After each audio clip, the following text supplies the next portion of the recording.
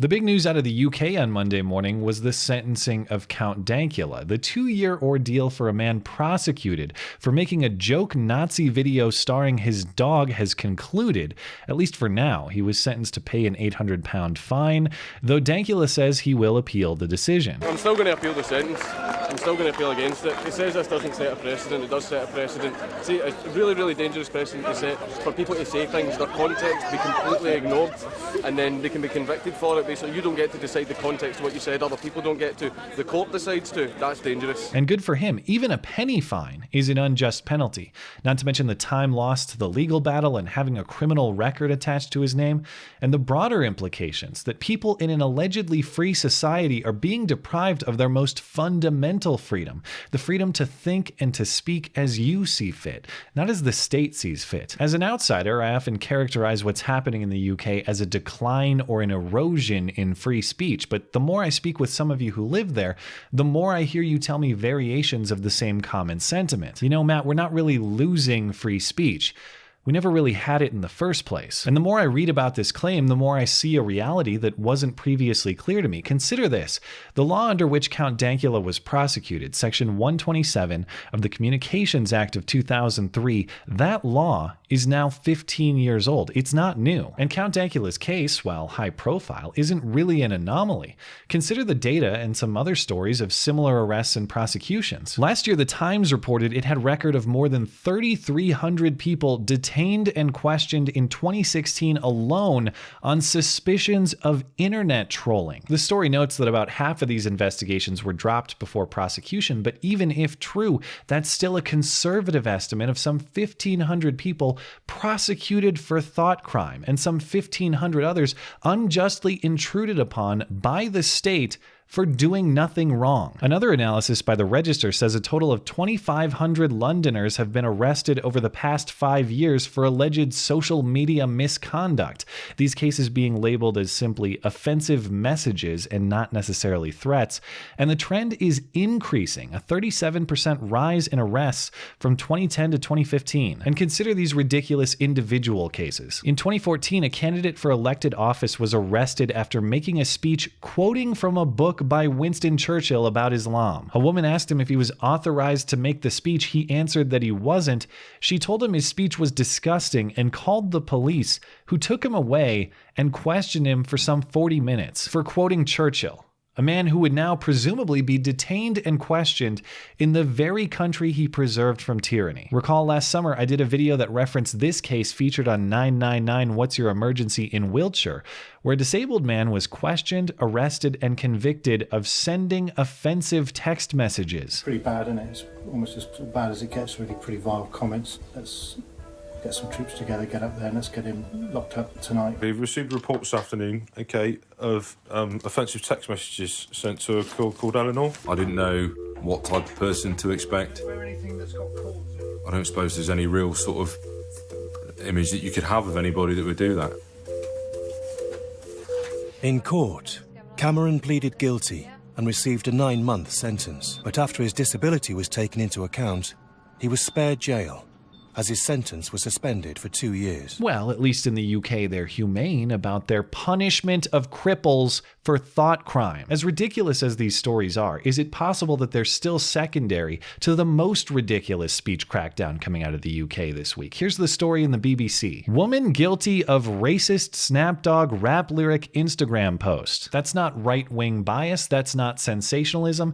That is a real headline in the BBC. And as the story reads, it's an accurate headline. Chelsea Russell, 19, from Liverpool, posted the lyric from Snapdog's I'm Trippin' to pay tribute to a boy who was fatally struck by a car while riding his bike, the court heard. Now, I must confess, and it'll shock you to know, I'm not familiar with this particular rapper. When I first saw this story, I thought it was a Snoop Dogg typo, but here are the lyrics she quoted. Kill a snitch nigga, rob a rich nigga. A few specifics here. As the story notes, she quoted these lyrics to remember a dead teen. According to her, thousands of people did the same thing, and it's part of a rap culture in Liverpool. And she actually posted these words in her bio. It wasn't even an Instagram post. And reportedly her account was private.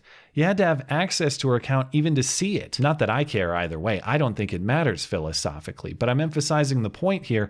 She wasn't even directing the language at anybody. She was simply referencing it on her own personal platform for her own personal reasons. And for that crime, she has now been sentenced to 8 weeks community service and 8 weeks curfew, meaning the state gets to track her whereabouts and make sure she stays home between the hours of 8 p.m. and 8 a.m., plus a 500-pound fine with an 85-pound victim surcharge. But who in the hell is the victim? At whom specifically was this crime directed? Nobody, of course, but under the current law, establishing a victim isn't even a requirement. According to the law as written, a person is guilty of improper use of a public electronic communications network if he sends a message that is grossly offensive. And notice that the language here is not gender neutral. It presumes the offender is male. Ironic that the law itself could be considered grossly offensive in that regard. When the UK government arrests itself for hate speech, we'll know the full extent of this Orwellian nonsense has finally been realized. But that is the core question here. What is grossly offensive?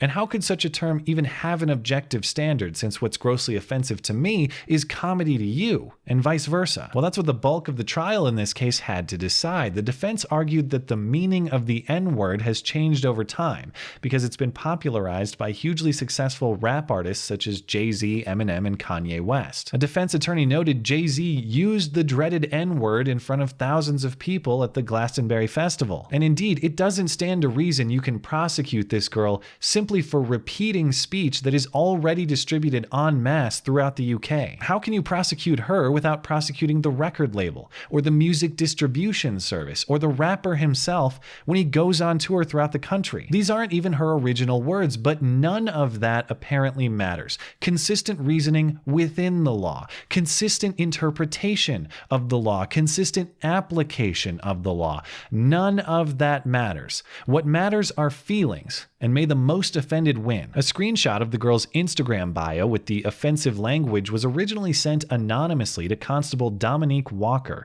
who is based within a specialist police hate crime unit. Walker said in court that she found the words on the girl's account grossly offensive. Quote, "As a black woman, I found the words offensive and upsetting. The words are offensive to both black and white people. If the words are offensive to everybody, regardless of race, why do you preface your statement with your racial identity? As a black woman, race is irrelevant. Then don't tell me about being a black woman." She also asked the defense not to use the N-word in court because she found it so offensive. Are we not going to use the word rape in prosecuting a rape case? Ooh, sorry, I meant the R word in prosecuting an R word case. The Redskins? Nah, the other R word. How can you prosecute someone for using a bad word and then ban the word from the trial itself? How can we assess whether the use of the word was sufficiently offensive to warrant legal punishment if we've already decided the word is too offensive even to utter in the court of law